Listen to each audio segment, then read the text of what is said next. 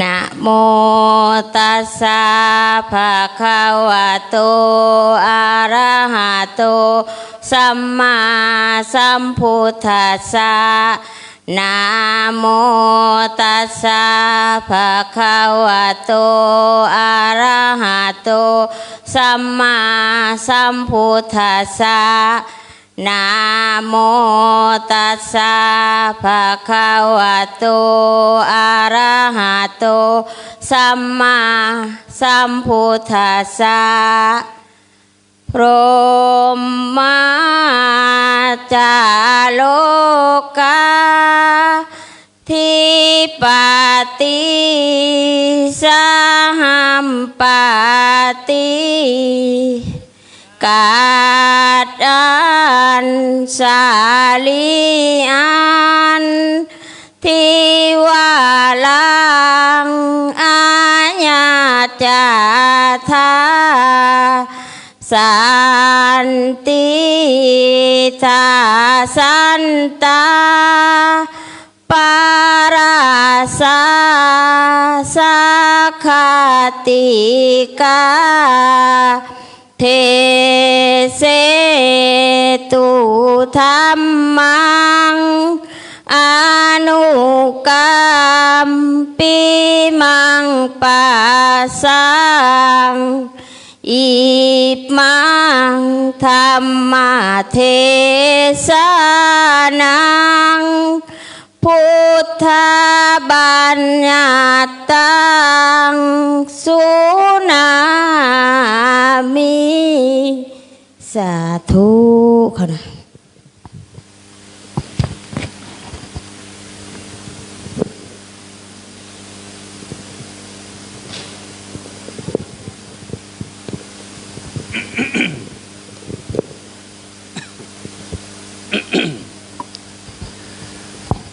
นะโมตัสสะภะคะวะโตอะระหะโตสัมมาสัมพุทธัสสะนะโมตัสสะภะคะวะโตอะระหะโตสัมมาสัมพุทธัสสะนะโมตัสสะภะคะวะโตอะระหะโตสัมมาสัมพุทธัสสะโออนิจจสังขารานิอนาถเก่งสลาดหรือสวยงามก็เหี่ยวเสาเกิบคู่ใหม่ก็เหี่ยวยานเหมือนกายเฮาต้องแก่เฒ่าแตกสลายตายตามจริงเกิบคู่งามใส่ทุกยาม3 ปีเสาเป็นเกิบเก่าตามกฎเกณฑ์แห่งสังขารมวลมนุษย์ดีหรือสัวบ่เหิงนานกายสังขารล้วนสลายกายเป็นดินถึงจะตายกายเป็นดินก็สร้างเถิดหากเมื่อเกิดเป็นมนุษย์ต้องเข้มแข็งบ่อายฟ้าไผว่าบ้าอย่าเบิดแหงลักเข้มแข็งเหมือนบ่ตายสหายเอ่ยขอน้อมไหวคุณพระศรีรัตนตรัยอันมีพระพุทธเจ้าที่มีคุณเหนือประมาณพระธรรมมีคุณเหนือประมาณพระสงฆ์ก็มีคุณเหนือประมาณขอ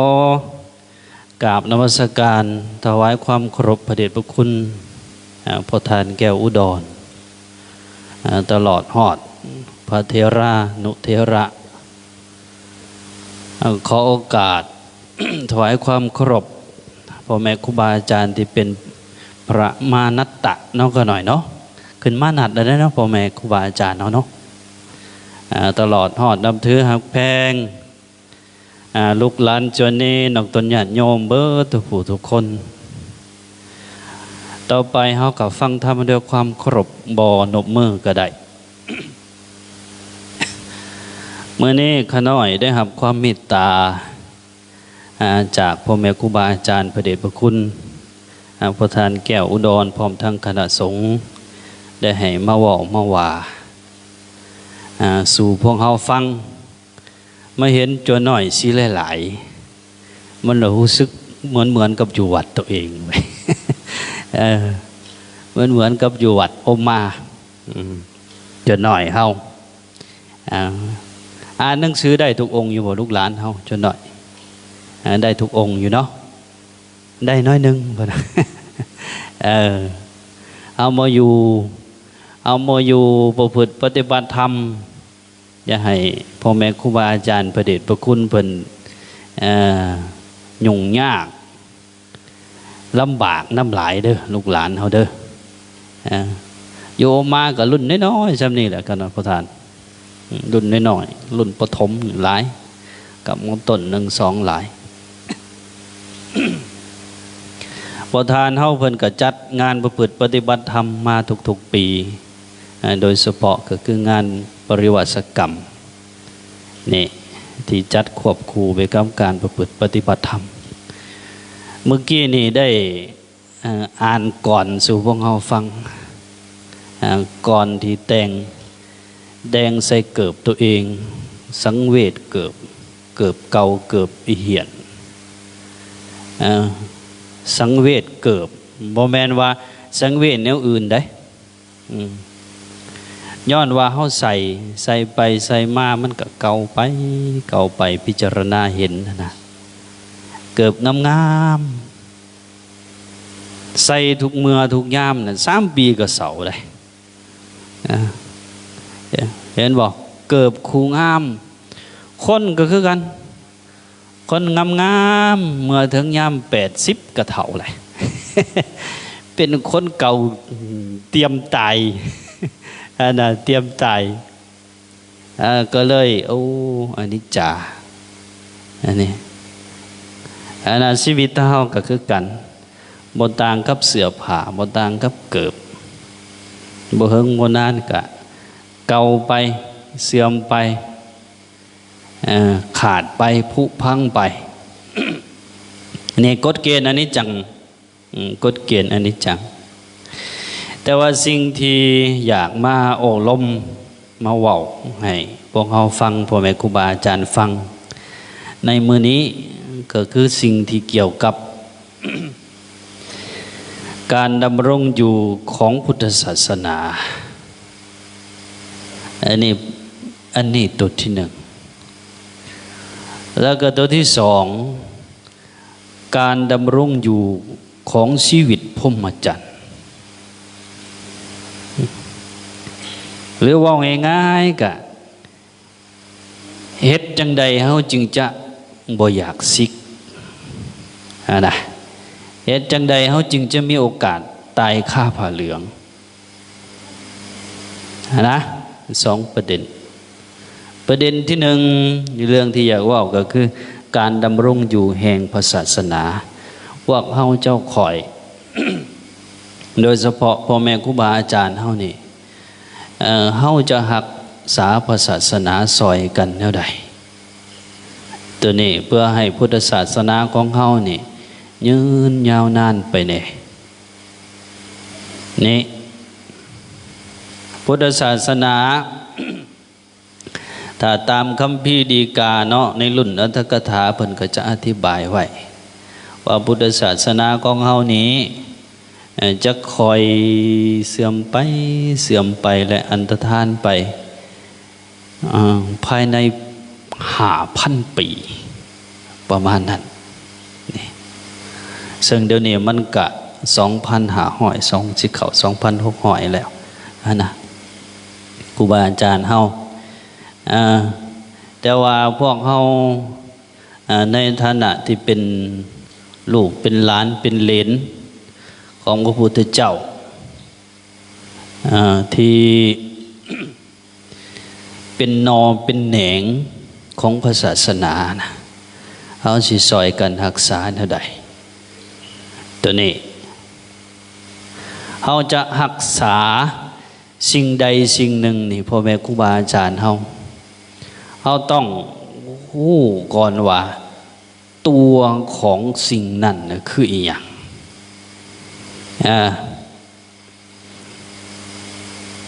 นี่พุทธศาสนาก็คือกันเราจะรักษาพุทธศาสนาได้เราก็ต้องเข้าใจว่าพุทธศาสนาคือหยังก่อนทีนี้เขาน้อยก็เคย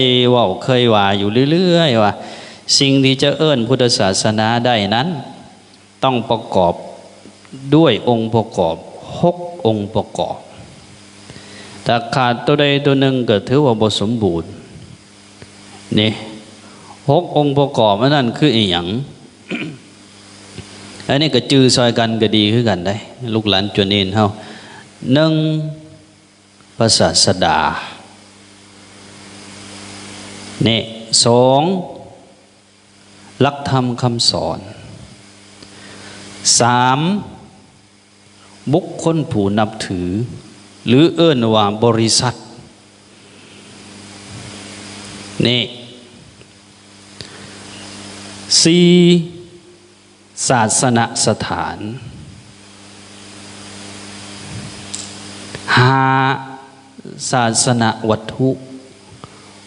6ศาสนพิธีนี่สิ่งที่จะเอิ้นว่าพุทธศาสนาได้ต้องประกอบด้วย6องค์ประกอบนี้ขาดตัวใดตัวหนึ่งก็จัดว่าบ่สมบูรณ์นี่พระศาสดาคือไผพระศาสนาของพุทธศาสนาเฮาก็คือพระพุทธเจ้า ที่พวกเฮาได้ไหวพระอรหังสัมมาสัมพุทโธภควาพระผู้มีพระภาคเจ้าที่เฮาให้ที่ไหวพระไปวางนั้นนะนี่พระศาสดาก็คือพระพุทธเจ้าเฮานั่นเองหลักธรรมคำสอนนี่ก็คือสิ่งที่พระพุทธเจ้าเล่าพระอรหันต์ได้กล่าวสอนได้แนะนำได้บอกไว้ได้บัญญัติไว้จนถึงพวกเฮาคู่มื้อนี้ได้ศึกษาเรียนประพฤติปฏิบัติกลุ่มคนที่นับถือทุกศาสนาต้องมีกลุ่มคนที่นับถือถ้าขาดตัวนี้ก็บ่จัดเป็นก็เฮ็ดให้ศาสนานั้นๆบ่สามารถดำรงอยู่ได้พุทธศาสนาก็เช่นเดียวกันคนที่นับถือพุทธศาสนาโดยเฉพาะเทรวาสเฮาก็เอิ้นว่าพุทธบริษัท4เอาต้นญาติโยมเฮานี่พุทธบริษัท4เดี๋ยวนี้หายไปแล้วภิกขุณีสายเทรวาสของลาวเฮาได้นี่วันนี้ศาสนสถานก็คือวัดวาที่ตั้งเขาเอิ้นที่ตั้งของพุทธศาสนามีวัดนี่แหละเป็นที่สำคัญแล้วก็ศาสนาวัตถุที่เกี่ยวกับพุทธศาสนาแล้วก็ศาสนาพิธีอันเกี่ยวกับพุทธศาสนาต้องมีได้พวกเราเจ้าข่อยสิรักษาสิ่งเหล่านี้6องค์ประกอบอันนี้แนวใดถ้าเฮารักษาถือให้มันมีอยู่ตลอดมันคงอยู่ตลอดก็แสดงว่าพุทธศาสนาของเฮายังอยู่บ่เสื่อมสลายอย่างพระพุทธเจ้านี่เนาะที่จริงพุทธเจ้าเพิ่นบ่ต้องการให้พวกเฮามารักษาพิสังดอก บ่ต้องให้รักษาเพิ่นพิสังดอกเพราะว่าเพิ่นเป็นผู้ชนะแล้วเป็นผู้บ่มีเวรเป็นผู้บ่มีภัยนี่แต่ว่าพวกเขารักษาให้คุณของเพิ่นนะดำรงคงอยู่กับโลกนี่ได้เหิงนานเท่าที่จะเหิงได้นี่ตัวนี้เขาจะรักษาพุทธความเป็นพระพุทธเจ้าอยู่2ลักษณะนี่พระพุทธเจ้าที่เป็นพระพุทธเจ้าที่เป็นกายเขาเอิ้นพุทธเจ้าที่เป็นรูปเป็นกายนี่พุทธเจ้าที่มีสื่อ มีประวัตินี่อย่างพุทธรูปที่เป็นสัญลักษณ์ของความเป็นพระพุทธเจ้านี่เฮาก็ต้องเคารพบ่ดูถูกบ่ดูแค้นพระพุทธเจ้าที่เป็นเนื้อหนังมังสาที่เป็นห่างกายเหมือนกับพ่อกับแม่เฮานะเหมือนกับพ่อกับแม่เฮาห่างกายของพ่อของแม่ก็ต้องนับถือบูชาเลี้ยงเกลือหาแนวที่ประคับประคองไว้มันแตกสลายไปไวเกินการพระพุทธเจ้าก็คือกันที่เป็นรูปกายของเพิ่นที่เป็นสัญลักษณ์ของพุทธเจ้าบ่ว่าจะเป็นพระพุทธรูปบ่ว่าจะเป็นธรรมจักรหรืออีหยังก็แล้วแต่เคารพนับถือบูชายำเกรงให้มีตั้งไว้อยู่ในใจตลอดตั้งแต่รูปของเพิ่นตั้งแต่รูปของเพิ่นอันนี้คือพุทธเจ้าในฐานะหนึ่งที่เราจะต้องรักษานี่คนโบราณนี่ก็เจ้าจึงสร้างสัญลักษณ์เกี่ยวกับพุทธเจ้านี่ด้วยจิตใจที่ใสศรัทธานี่หล่อเลยก็เจ้าคิดเห็นตัวนี้แหละสร้างพุทธรูปก็โอ้ยวิจิตรพิสดารตัวนี้นะเขาเจ้าคิดถึงตัวนี้นะบัดนี้พุทธเจ้าอีกอันหนึ่งเอาก็ต้องรักษาพุทธเจ้าในความหมายที่สองก็คือภาวะความเป็นผู้รู้ตื่นเบิกบานตัวนี้ก็ต้องรักษาตัวนี้รักษาอยู่กับตัวเฮาเฮ็ดให้เฮาเป็นผู้มีพุทธะอยู่ในใจหู้ตื่นเบิกบานพ่อแม่ครูบาอาจารย์เฮา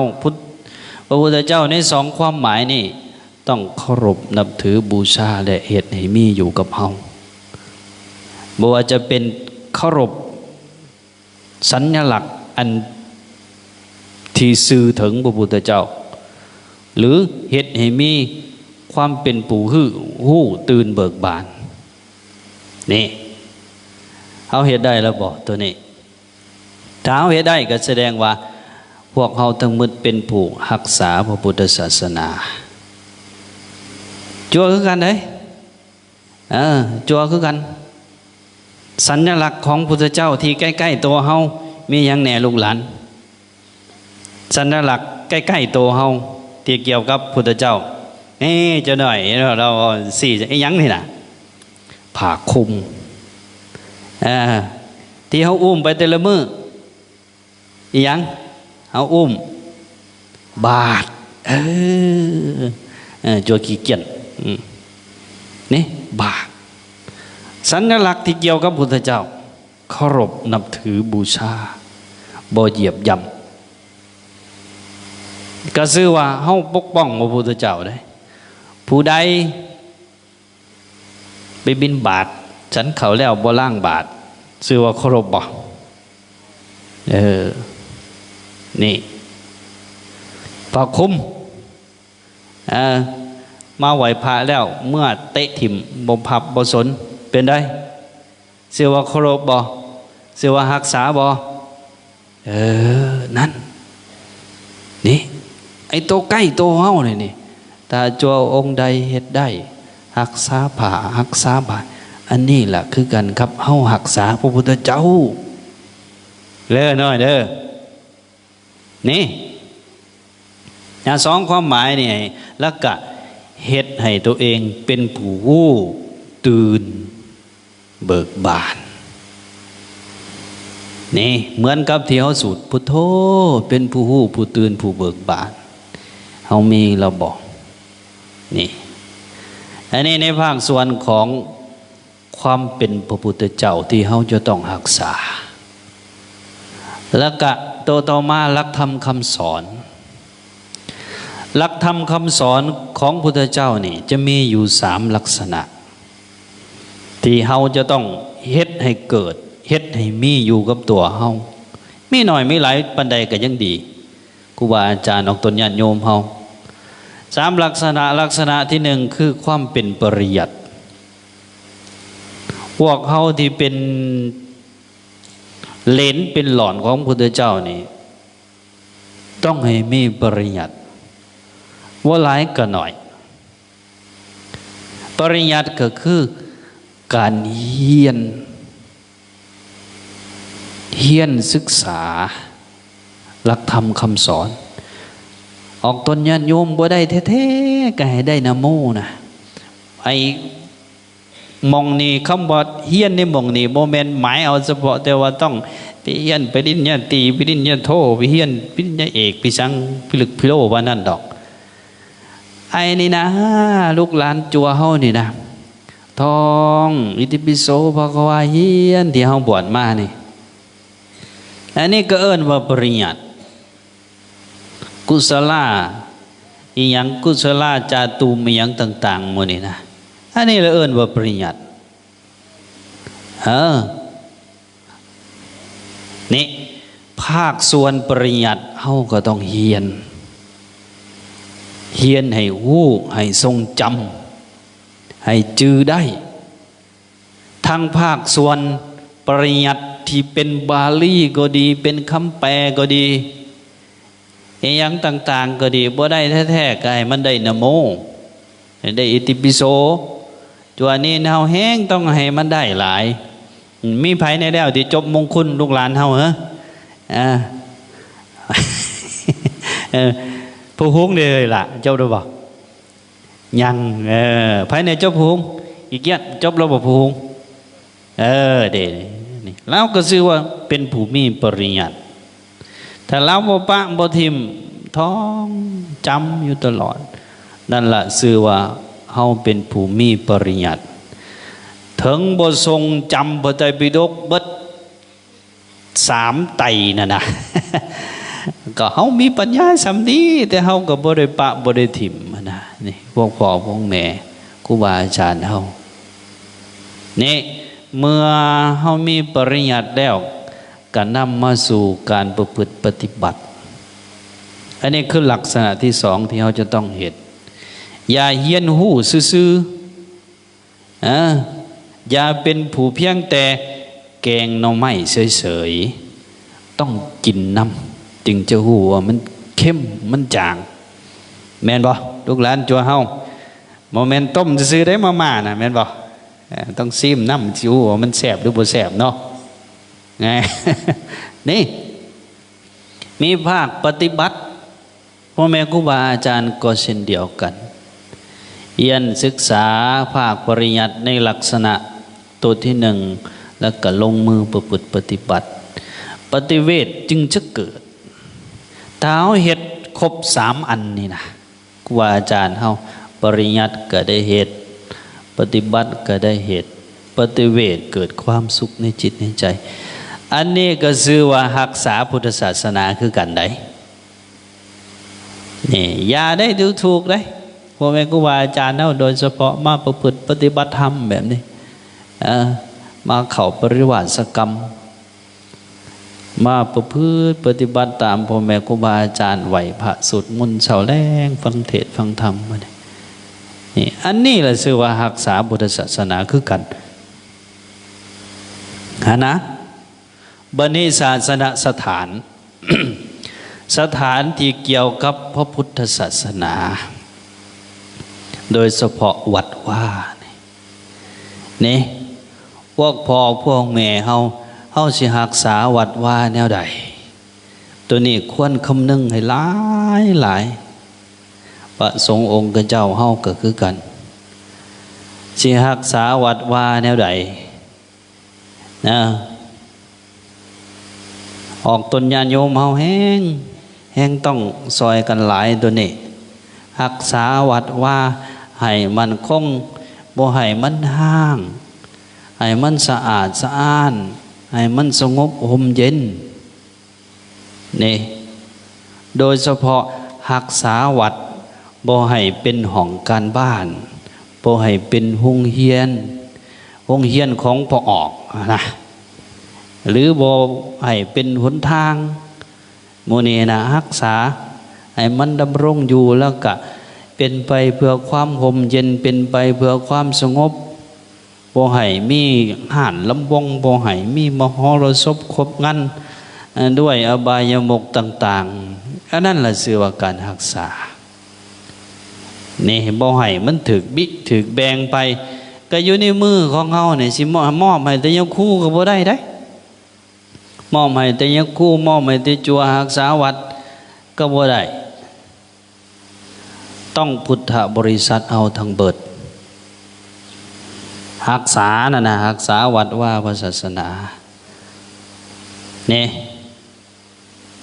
บัดนี้ศาสนาวัตถุอันเกี่ยวกับพุทธศาสนาเนี่ยก็ต้องซอยกันรักษาองค์อย่างศาลากุฏิพระพุทธรูปเจดีย์ต่างๆมื้อนี้ซอยกันบูรณะซอยกันปกป้องซอยกันคุ้มครองนี่ในสมัยก่อนๆนี่นะก็เจ้ายุกย่องศาสนาวัตถุนะของตนญาติโยมพ่อแม่ครูบาอาจารย์ยังสิมนี่นะนี่สิมนี่ถ้าเป็นสมัยก่อนเด้สมัยพระพุทธเจ้าเพิ่นเอิ้นว่าเป็นเขตอภัยทานพระราชามหากษัตริย์ที่ไปจับโจรในหันก็บ่ได้นี่ถือว่าเป็นเขตพิเศษเขตของสงฆ์อันหนึ่งได้นะพวกพ่อพวกแม่เฮา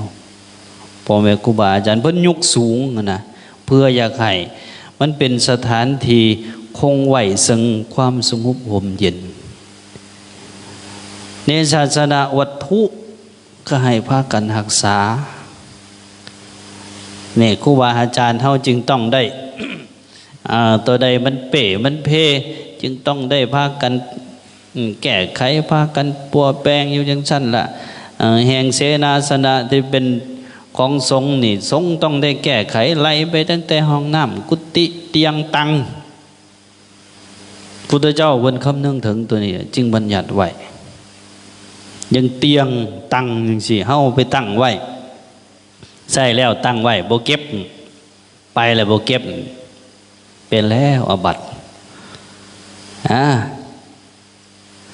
ยังหมอนนี่สิลูกหลานจวนเนนเฮาหมอนที่ตัวเจ้านอนนะผู้ใดหมุนหมอนโดยที่ฟังได้จวนเนนพ่อแม่ครูบาอาจารย์เฮาโดยที่บ่มีปอกศพมันน่ะนะบ่มีศพหมอนบ่มีผ้ามาห้องหมอนตัวหมอนน่ะนะนี่ถือว่า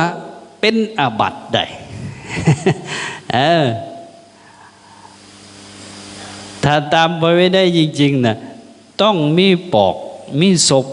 หรือถ้าบ่มีศพก็มีผ้ามาปกไว้ให้เฮาเอาหัวนี่หมุนเวลาผ้ามันเปื้อนเฮาก็ไปซักได้นี่ลูกหลานเฮาจัวใดแน่นอนหมอนเอาผ้าห้องนะมีอยู่บ่บ่มีว่าซั่น เจนหน่อยเอาบอนหมอนถ้าเจ้าเปื้อนได้สิไปซักแนวใดทิ่มมัน น่านี่ก็ชื่อว่าบ่รักษาได้ข้อเล็กๆน้อยๆหลายได้เกี่ยวกับเรื่องการรักษาเสนาสนะรักษาศาสนาวัตถุหลายของตนญาติโยมพ่อแม่ครูบาอาจารย์เฮานี่ศาสนาพิธีไอ้ตัวสุดท้ายนี่ก็ต้องมีอย่าไปได้ดูถูกแท้ๆอันนี้นะอาตมาไปเห็นบางหม่องบางบอนก็ถือเบาด้านนี้ซะโอ้ยบ่ต้องมีดอกวิธีสมทานศีลเอาอยู่ในใจนี่แหละบ่ต้องมะยังพันเตวิสุงรักขณทายาติสรเนนะสหปัญจศีลานิยาจามาต้องว่ามันยากมันยุ่งจังนะศีลอยู่ในใจนี่แหละนะนี่บางเทื่อก็เกินไปเขาถือเบา ศาสนาพิธีในภาคส่วนขององค์ตนญาติโยมนี่ก็บ่ให้ถือเบาการไหวพระการสมทานศีลหาก็ดีศีล8ก็ดีบ่ให้ถือเบามีเวลาล่ะให้พากันเฮ็ดพากันปฏิบัติศีลหาก็เป็นหนทางเป็นไปเพื่อความเป็นโสดาบันพุทธังสรณังคัจฉามิธัมมังสรณังคัจฉามิสังฆังสรณังคัจฉามิแล้วก็ศีลหาเท่านะนั่นแหละมรรคนั่นแหละหนทางที่สิเป็นไปเพื่อความเป็นโสดาบันศีล8ก็เป็นไปเพื่ออนาคามีต้องให้มันจื้อได้ทั้งภาคส่วนที่เป็นบาลีทั้งภาคส่วนที่เป็นคำแปลนำมาสู่การประพฤติปฏิบัตินี่ครูบาอาจารย์เอาภาคส่วนที่เป็นศาสนาพิธีนี่แห่งต้องเอาใจใส่หลายพิธีการบวชจัวพิธีการขอดซิมพิธีการบวชนาคพิธีการอุปสมบทพิธีการประพฤติพุทธานาวิธีมื้อนี้อุ้ยแต่เฮาปะสิ่งเหล่านี้นี่ก็เบิดได้ครูบาอาจารย์เฮาปะสิ่งเหล่านี้บ่พากันศึกษาบ่พากันค้นคว้าบ่พากันนำมาประพฤติปฏิบัติก็เฮ็ดให้ศาสนาของเฮานี่ค่อยหายไปแต่ว่างานปริวาสก็ดีนี่งานประพฤติปฏิบัติธรรมก็ดีจึงจัดว่าเป็นศาสนาพิธีอันหนึ่งที่เฮาบ่ควรปากนี่ได้อย่าไปถือเบาแห้งได้6องค์ประกอบนี่ต้องพากันรักษาพ่อแม่ครูบาอาจารย์เฮาองค์ตนญาติโยมทั้งเบิดต้องพากันรักษาพระพุทธเจ้าให้คำนึงไว้2ลักษณะอันหนึ่งก็คือพุทธเจ้าที่เป็นรูปอ่างเป็นห่างกายอย่างพุทธเจ้าของเฮาก็เจ้าชายสิทธัตถะนี่อัตถิธาตุสารีริกธาตุพระพุทธรูปธรรมจักรที่ซื่อถึงพระพุทธเจ้าก็ต้องเคารพขับไหวบูชาเห็นพระพุทธเจ้าเพิ่นจึงว่าไว้ในมหาปรินิพพานสูตรผู้ใดมีความหักในเฮามีศรัทธาประสาทะในเฮาเพียงแต่ไปขาบไปไหวสังเวชนียสถาน4สถานที่ประสูติตัดสหูแสดงธรรมจักรปรินิพพานนี่น้อมจิตให้เกิดศรัทธาประสาทะก็เป็นไปเพื่อสวรรค์เพื่อมรรคผลนิพพานคือกันอย่าไปถือเบาๆในตัวนี้พระพุทธรูปคือกันเอาตั้งจิตตั้งใจขาบไว้ตั้งจิตตั้งใจเฮ็ดตั้งจิตตั้งใจรักษาอันนี้ภาคส่วนที่เป็นรูปห่างกายส่วนคุณของเพิ่นที่เป็นพุทโธนะก็ต้องพยายามเฮ็ดให้เกิดพระธรรมพุทธบริษัทก็คือกันตัวนี้ต้องพากันส่งเสริมกันปกป้องกันจึงจะชื่อว่ารักษาพุทธศาสนาส่งเสริมคนดีส่งเสริมคนดีส่งเสริมพ่อแม่ครูบาอาจารย์ที่ย่างตามศีลตามธรรมนะส่งเสริมงานประพฤติปฏิบัติตัวนี้แต่ให้พากันหลีกเลี่ยงให้พากันห่างไกลผู้ทุศีลผู้ที่จะนำเฮาออกจากความเป็นพุทธศาสนาผู้ที่จะนำเฮาออกจากพุทโธคือหู้ตื่นเบิกบานนะพยายามนี่สำคัญได้ตัวนี้ตัวญาติโยมเฮาอันนี้เนาะถ้าเฮาเฮ็ดได้เฮารักษาได้6องค์ประกอบนี่ก็ชื่อว่าเฮาเป็นผู้ รักษาพุทธศาสนาพุทธศาสนาของเฮาก็จะดำรงไปเรื่อยๆดำรงไปเรื่อยๆองค์ประกอบนี่ได้พวกพ่อพวกแม่เฮานี่พระพุทธพระศาสดาพระธรรมแล้วก็พุทธบริษัทศาสนาสถานศาสนาวัตถุศาสนาพิธียัดทิมตัวใดตัวหนึ่งได้บางคนว่าโอ้ยตั้งใจศึกษาเพียรปฏิบัติอย่างเดียวก็ชื่อว่ารักษาพระศาสนาแล้วก็แม่นแต่ว่ามันยังบ่ทันครบนี่นะตัวนี้เนาะอันนี้ในเรื่องที่เฮาจะดำรงรักษาพุทธศาสนาใดแนวใดให้พากันรักษาองค์ประกอบของพุทธศาสนา6องค์ประกอบนี้ให้ดีอย่าได้ประมาทพระพุทธเจ้าก็ดีศาสนาพิธีก็ดีหมู่นี้ให้พากันอย่าประมาทนี่บัดนี้ ประเด็นที่สองที่ได้ตั้งไว้ว่าเฮาจะดำรงพรหมจรรย์ชีวิตของนักบวชนี่ความเป็นจัวเป็นนีนนี่ได้เฮิงเฮ็ดแนวใดพ่อแม่ครูบาอาจารย์เฮาจัวนีนเนี่ยมีองค์ใดเนี่ยตั้งใจว่าโอ้ยคนน้อยสิบวชเป็นยะทานนะ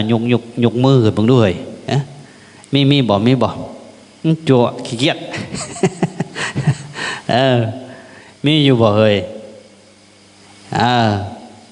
ก็น่าสิตั้งใจบวชเป็นยะทานบวชเอิงมีอยู่บ่จักนี่อาตมาวัด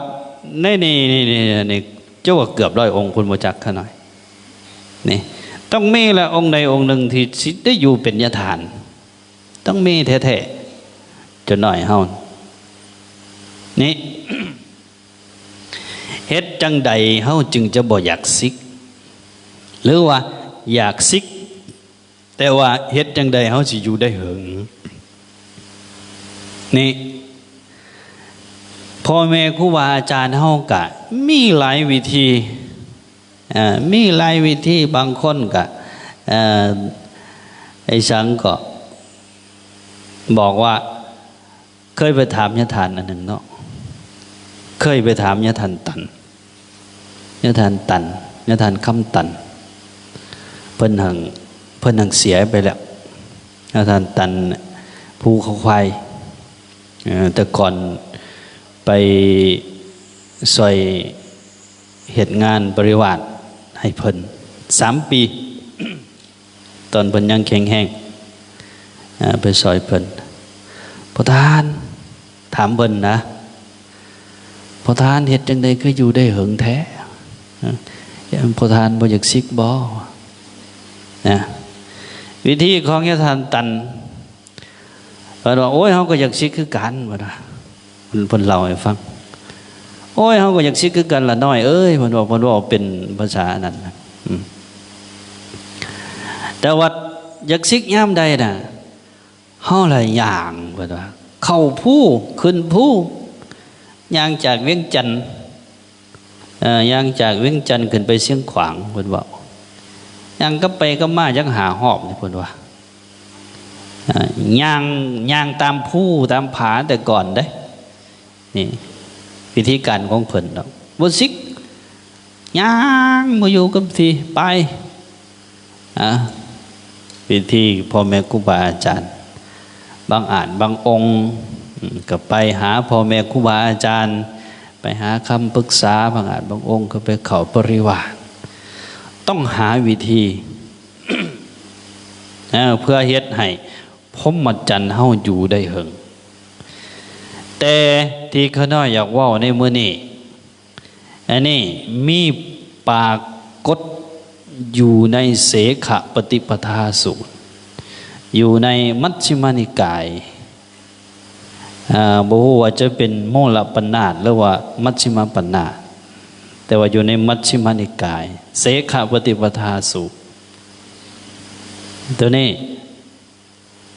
เสขปฏิปทาสูตรว่าด้วยธรรมของพระเสขะผู้ยังศึกษาหรือว่าง่ายๆก็ ผู้ที่ยังเป็นปุถุชนอยู่คือพวกเฮาเครื่องอยู่ของพวกพระที่ยังเป็นปุถุชนคนที่ยังเป็นปุถุชนโดยเฉพาะกับพระสงฆ์เฮานี่แหละเป็นธรรมที่อันนั้น ถ้าเจอบุพิษพระอานนท์เพิ่นเป็นผู้แสดงพระพุทธเจ้าเฮาให้พระอานนท์แสดงแก่เศร้าสักกะยะนี่อันนี้เราให้ฟังบ่ได้จับตำราพระสูตรมาอ่านมันเป็นสำนวนมันสิเข้าใจยากนะเศร้าสักกะยะพวกพระเจ้ามหานามหลังจากพระเจ้าสุโธทนะได้เสียไปนะนี่พวกเจ้ามหานามชนเศร้าสักกะยะขึ้นมาปกครองสร้าง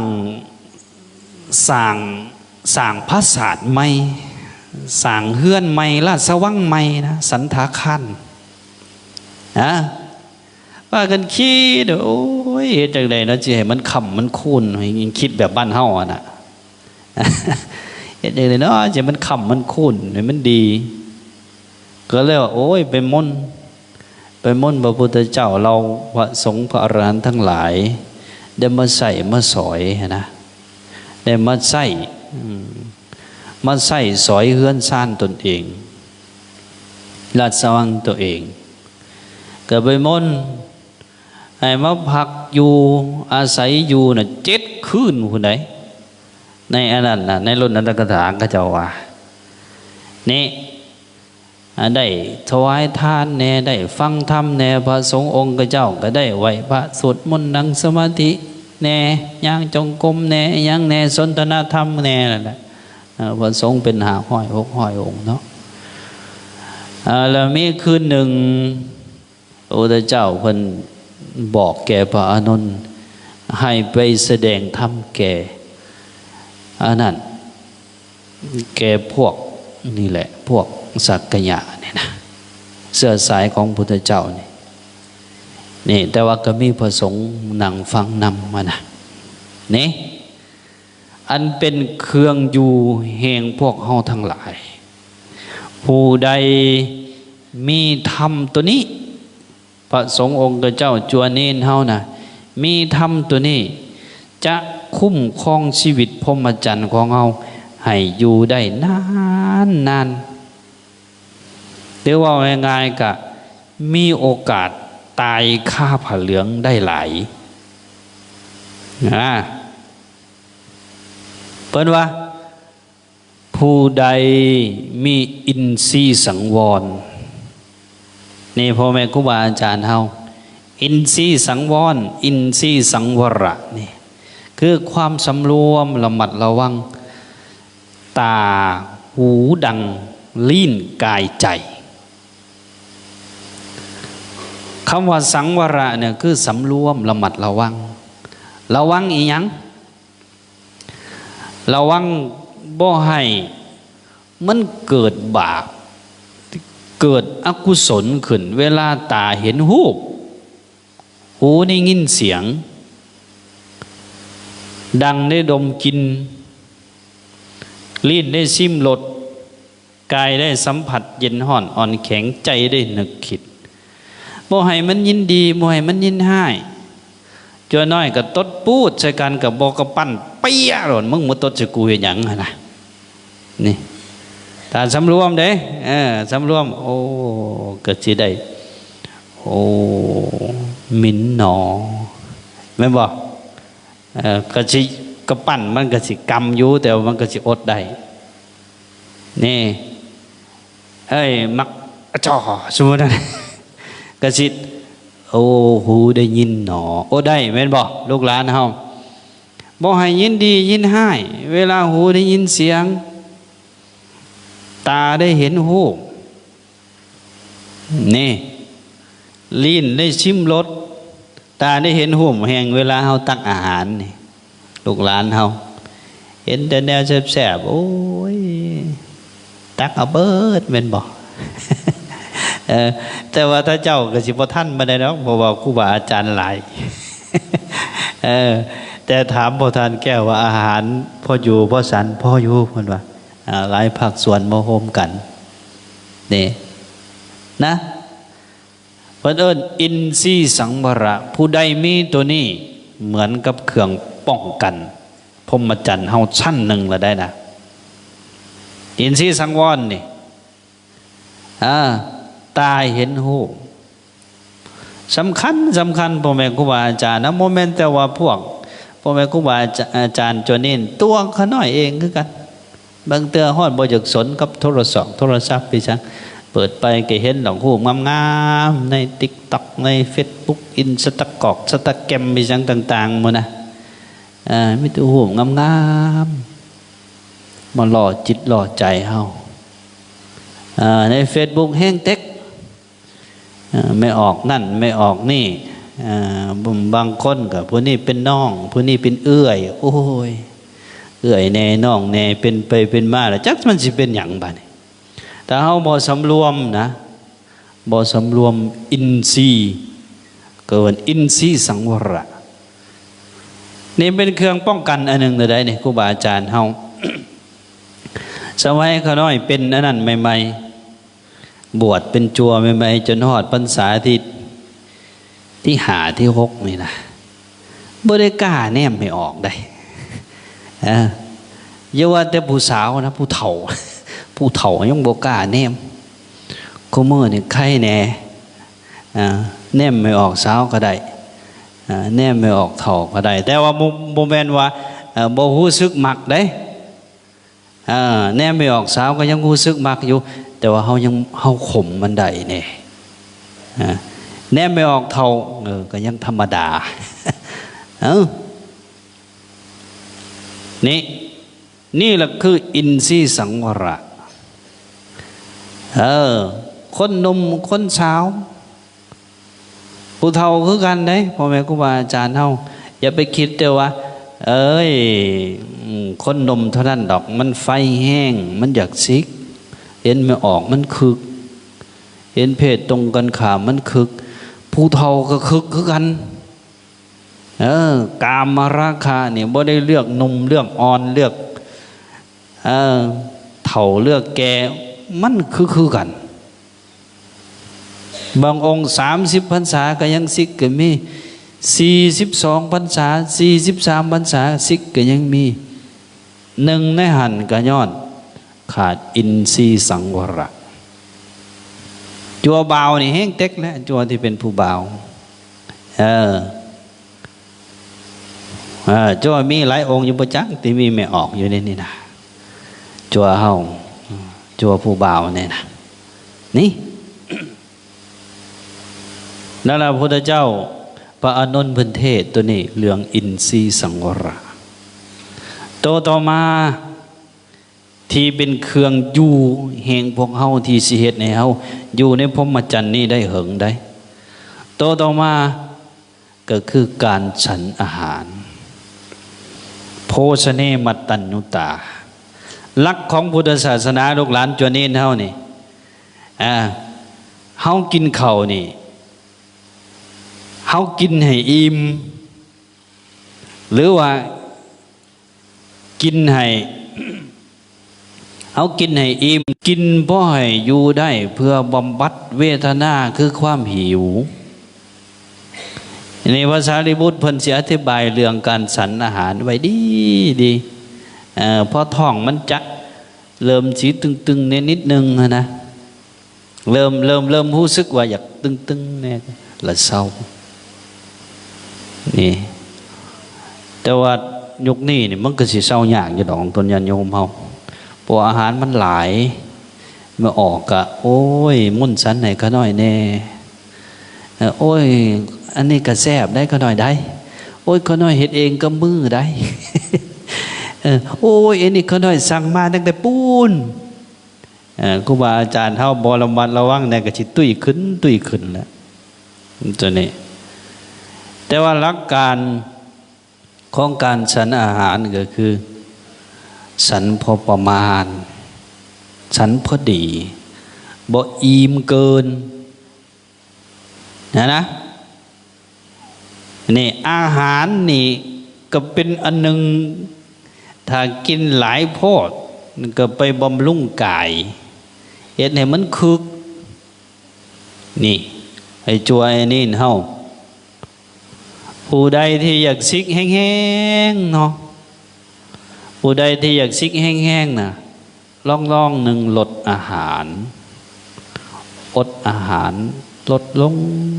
งก็พออยู่ได้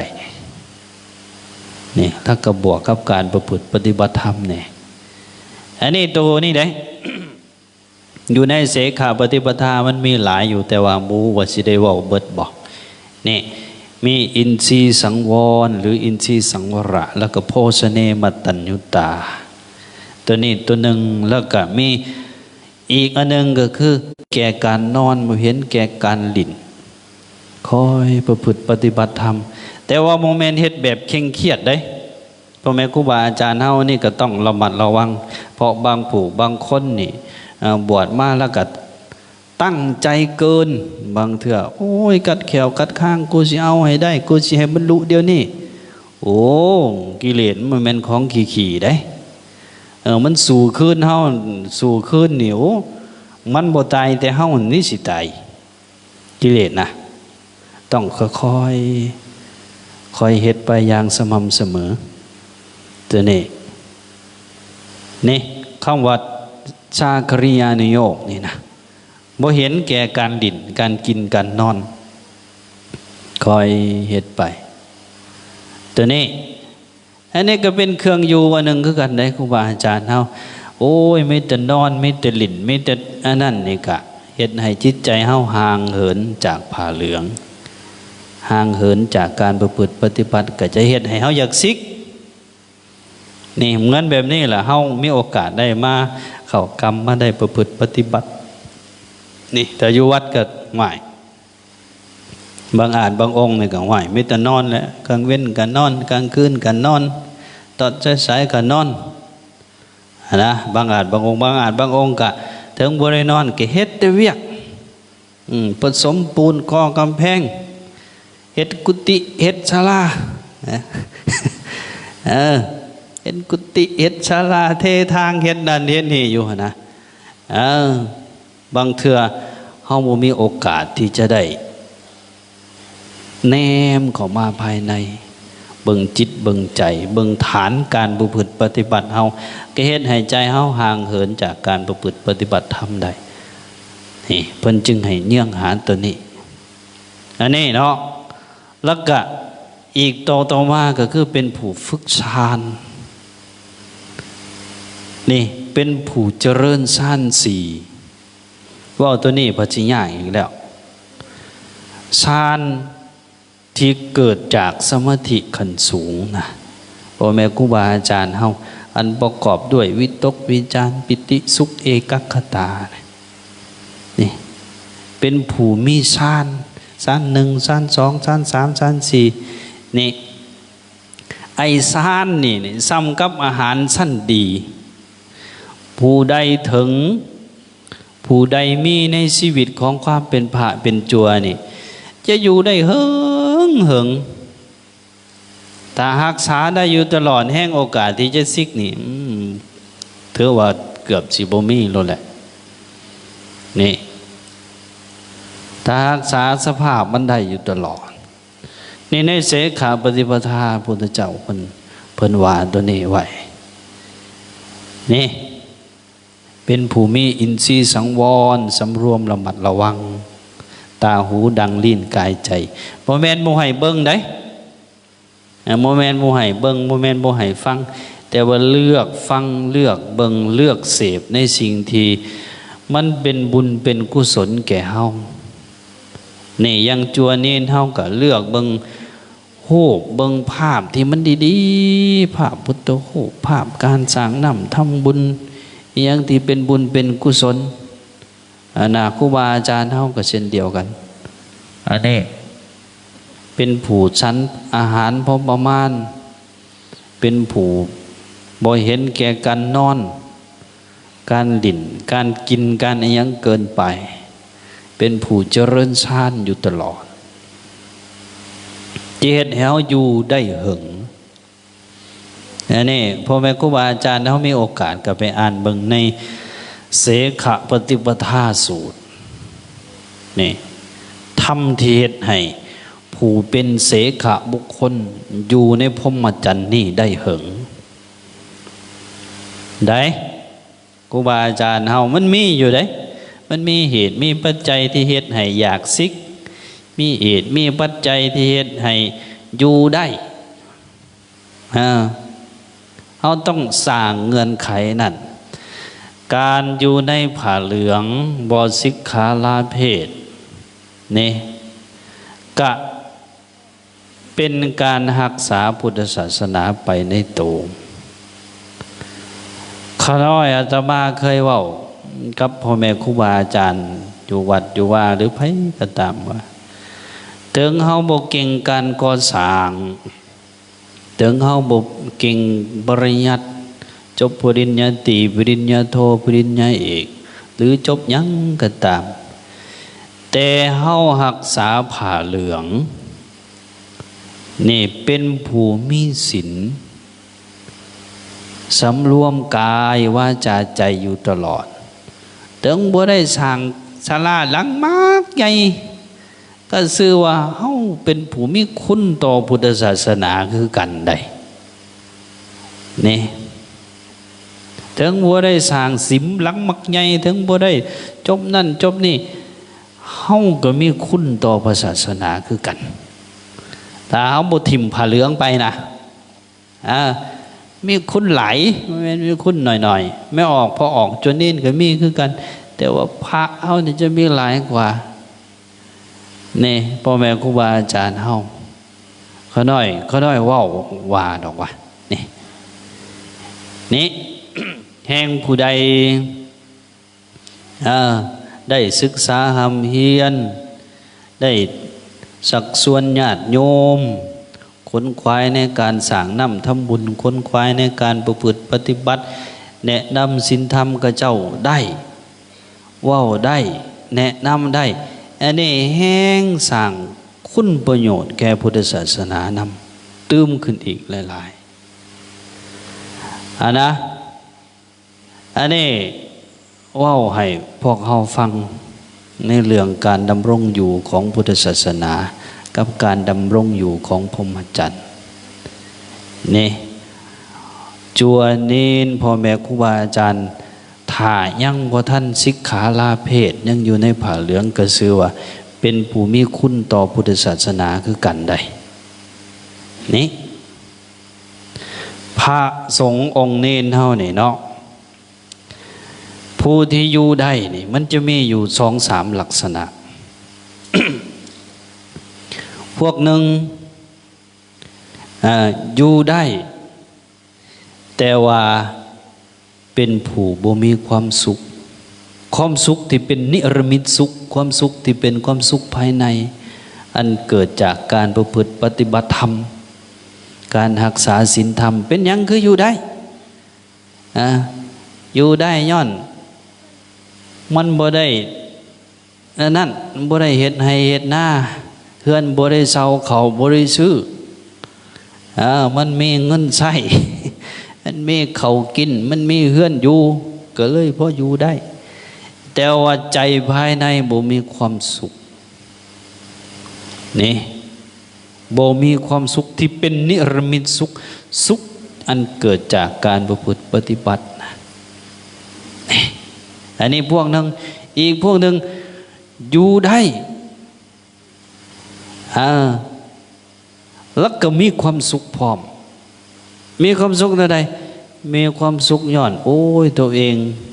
คิดขึ้นมายามใดเฮาก็เป็นผู้บ่ได้ผิดศีลเฮาก็เป็นผู้ประพฤติปฏิบัติบ่ได้อายฟ้าอายดินอีหยังก็มีความสุขอันนี้ก็มีได้พวกหนึ่งเหมือนกับพวกเราเจ้าข่อยมาประพฤติปฏิบัติธรรมบ่อายฟ้าอายดินคิดขึ้นมากะเฮาบ่ได้ผิดศีลผิดธรรมนี่อีกพวกหนึ่งอยู่ได้บ่มีความสุขแต่ก็บ่ได้ผิดศีลผิดธรรมฝึกมันอยากสิกก็อดมันอยากสิกก็อด อดเอาอดไว้ทนเอานี่ก็มีได้แต่นี่อีกพวกหนึ่งอยู่มีความทุกข์แต่ว่าก็บ่คอยสนใจเรื่องศีลเรื่องธรรมอันนี้ก็หลายคือกันพวกเฮาจะอยู่ในพวกใดก็ให้พิจารณาเบิ่งว่าเฮาอยู่ได้ชีวิตอยู่ในพรหมจรรย์เป็นพวกใดถึงอยู่แบบบ่มีความสุขทุกจิตทุกใจกะอย่าไปผิดศีลผิดธรรมตัวนี้อย่าไปผิดศีลผิดธรรมอันเป็นการทำลายพุทธศาสนานี่ถ้าเฮาเฮ็ดได้อยู่ได้แล้วก็มีความสุขนี่แห้งดีแห้งเป็นกำลังบัดนี้เฮ็ดจังได๋เฮาจะมีความสุขในชีวิตพรหมจรรย์เฮาก็แบบที่ว่าน่ะเริ่มจากเป็นผู้มีอินทรีย์สังวรนี่เป็นผู้ฉันอาหารพอประมาณบ่เห็นแก่การดื่มการนอนแล้วก็เป็นผู้นั่นเจริญฌานฝึกประพฤติปฏิบัติธรรมอยู่ตลอดนี่ความสุขที่เป็นนิรมิตสุขก็จะเกิดชีวิตพรหมจรรย์เฮาก็จะมีความหมายในที่สุดนี่พุทธศาสนานี่ถ้าเป็นแบบที่ว่ามาทั้งเบิดนี่จะอยู่ได้เหิงตั้งแต่ต้นจนฮอดเดี๋ยวนี้นะออกต้นญาติโยมเฮานี่เนาะอย่างว่าฝากไว้กับพวกเฮาทั้งหมดที่เป็นพ่อแม่ครูบาอาจารย์ลูกหลานจวนนี้ตลอดฮอดออกต้นญาติโยมเฮาได้นำไปพิจารณาเบิ่งการดำรงอยู่ของพุทธศาสนากับพ่อแม่ครูบาอาจารย์จวนนี้เฮาก็เฮ็ดจังใดชีวิตพรหมจรรย์ของเฮาจะอยู่ได้เฮิงรอดพ้นจากการสิกขาลาเพศเนาะฝากไว้ตัวนี้เนาะเอาละเนาะท้ายที่สุดขอหน่อยอัตมาภาพในกล่าวสิ่งอลานพันละน้อยก็สมควรแก่เวลาท้ายสุดนี้ก็ขออ้างเอาคุณพระศรีรัตนตรัยคุณศีลคุณธรรมคุณงามความดีทั้งหลายจงมาปกป้องคุ้มครองพ่อแม่ครูบาอาจารย์ออกตนญาติโยมลูกหลานจนนี้ให้ประสบกับความสุขความเจริญหายทุกข์หายโศกหายโรคหายภัยสมความมุ่งมั่นปรารถนาในสิ่งที่สอบประกอบโดยธรรมกันเพิดทุกผู้ทุกคนทุกอาจทุกองค์เวิดตลอดเทินสา